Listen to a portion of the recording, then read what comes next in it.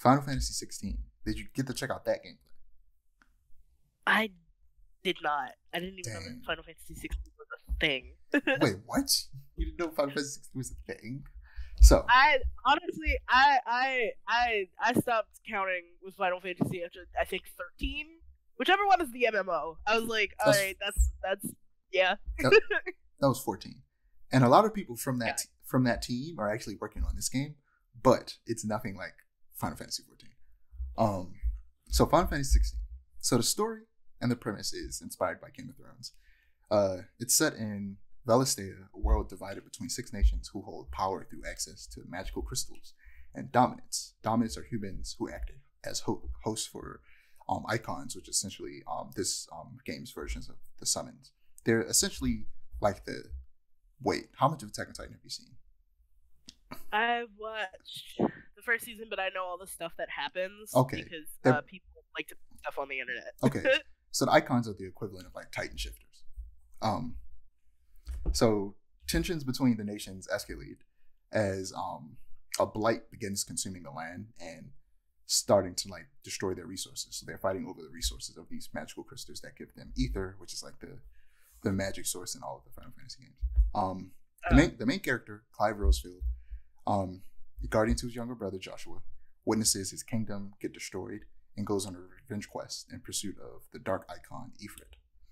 So, a former Capcom dev, specifically a combat developer from Devil May Cry 5, is the head combat director on this game. His name is Ryota Suzuki. And that's why I've been playing Devil May Cry 5 out of hype for Final Fantasy 16. And it shows because it straight up plays like a character action game. Like 100%. You need to, like, I don't know, play some gameplay in the background on mute while we talk about this because you just have to like actually see it. So yeah, it just good. Next we have, I lost my train of thought for a second. So they're doing difficulties and like very differently than any other game. Like there aren't difficulty options. There's 2 options. There's like story mode and like gameplay mode. Like whether you're playing it for the gameplay or you're playing it for the story. And to make the game more accessible to people who aren't used to character action games, there are 5 accessories that will make the combat easier, but you can only equip 2 at a time. One that slows down time to make parries easier. One that auto controls Clive's dog companion Torgal. One that automatically uses potions for you when your health is low. One that automatically dodges incoming attacks. And one that performs auto combos with repeated presses of like a single button. So they essentially just have you choose like 2 of those and you're good. So like if you aren't good at doing combos, you get that. And if you aren't good at dodging, you add the dodging one, and then you're just destroying everybody with your attacks and you're not getting hit by anything. And if you don't want to have to do potions, you just put the auto potion on so you don't have to worry about that. Right. But the boss fights shown, well, it was really just one boss fight. The boss fight shown in the preview was dope. And I'm so mad you didn't watch it because it was so good.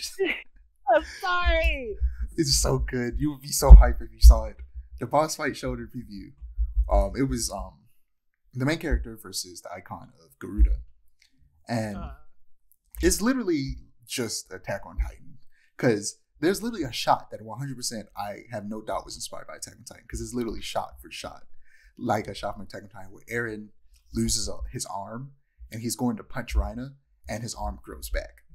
And the same thing happened in this where he gets his arm blown off, but it starts to grow back and regenerate as he's going for a punch. And it's literally the same camera angle and everything. It was so good. It was literally like a God of War boss fight. That's exactly what it was. Oh, wow. It was like a God of War boss fight, and it was so good.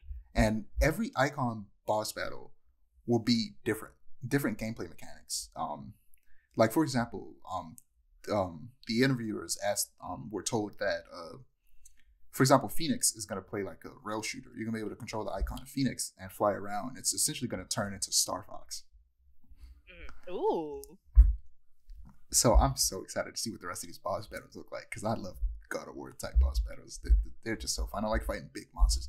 There's just one part where So you fight her in stages. First, you just fight her as a human. Then she like halfway transforms and like sprouts wings because Garuda is the icon of wind. And then at one point, she fully transforms, but you don't transform into your icon yet. So you're just fighting this like literally the size of like a Titan from Attack on Titan, like 16-meter tall monster that's like kneeled on the ground, swinging its giant claws at you. It's so dope. Then he finally transforms into his Titan, or I'm calling him Titan now, his icon, and they just fight, and it's so good. It's so fun. You have to watch it eventually. It's so good. I'm looking at it right now. This does look super fun. I'm so excited for this game. It comes out June 22nd. Oh, dope. I'm trying to think. Is there anything else that come out that month? I can't remember. Oh, Street Fighter. Speaking of Street Fighter.